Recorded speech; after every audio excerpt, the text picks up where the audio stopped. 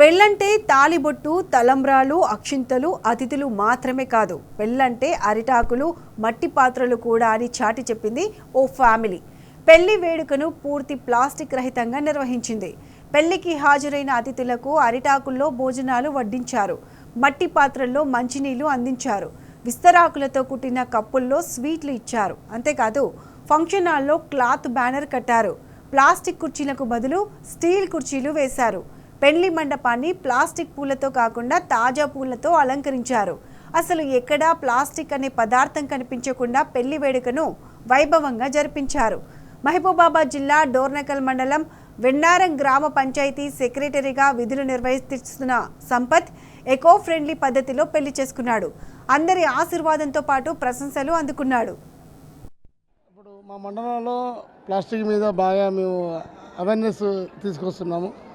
దానిలో భాగంగా నేను కూడా నా పెళ్ళిలో భాగంగా అంటే 10 మంది వస్తారు కాబట్టి వాళ్ళకు కూడా అవేర్నెస్ కలిపేయాలనే ఉద్దేశంతో ఎంత ఖర్చు అయినా పర్లేదు అనుకొని నేను ప్లాస్టిక్ బదులుగా న్యాచురల్గా వాటిని వాడాను.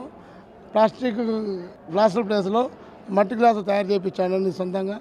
తర్వాత అరిటాకులు ప్లాస్టిక్ ప్లేట్ల ప్లేస్లో వాటిని తయారు చేయించాను. తర్వాత ప్లాస్టిక్ చైర్ల ప్లేస్లో ఐరన్ చైర్లు తయారు చేయించాను.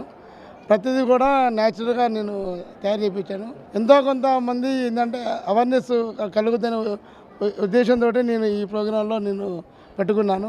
ప్రజలకు కొంచెం కొద్దిగా మంది అయినా మారుతున్న ఉద్దేశంతో నా ప్రోగ్రాంలో ఈరోజు పెట్టడం జరిగింది. ఈ పెళ్ళికి వచ్చిన స్పెషల్గా కానుకగా ఏమి ఇచ్చి పంపించారు? మొక్కలు ఇచ్చి పంపించానండి.